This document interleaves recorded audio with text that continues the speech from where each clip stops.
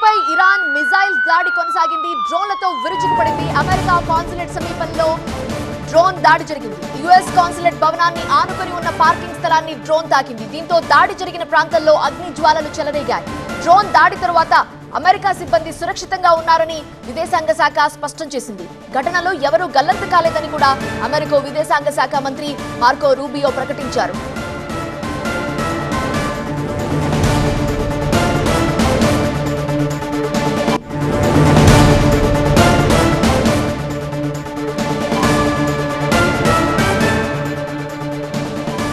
Iran దాడులకు తగిన బుద్ధి చెబుతామన్నారు అమెరికా విదేశాంగ మంత్రి మార్కో రూబియో. దాడులు చేసి ఇరాన్ పక్క దేశాలని బెదిరిస్తోంది అన్నారు. అణ్వాయుధాలు కలిగి ఉండాలన్న ఇరాన్ కోరికని అంగీకరించకూడదన్నారు.